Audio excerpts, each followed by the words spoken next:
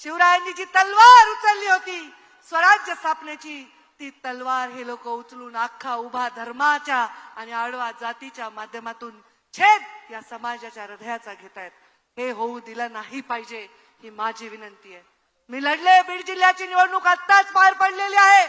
या बीड जिल्ह्याची निवडणूक मी कशी लढले तुम्ही सर्वांनी पाहिलेलं आहे. पाहिले की नाही? पाहिले की नाही? एक महिला, एक सामान्य मागासवर्गीय समाजात जन्मलेली एक महिला मोठी होत असेल तर तिच्या मागे उभा राहण्याचा संस्कार गोपीनाथ मुंडे साहेबांनी केलेत की नाही? मग माझ्या भारतीताईच्या मागे तुम्ही सर्व उभे राहणार का नाही?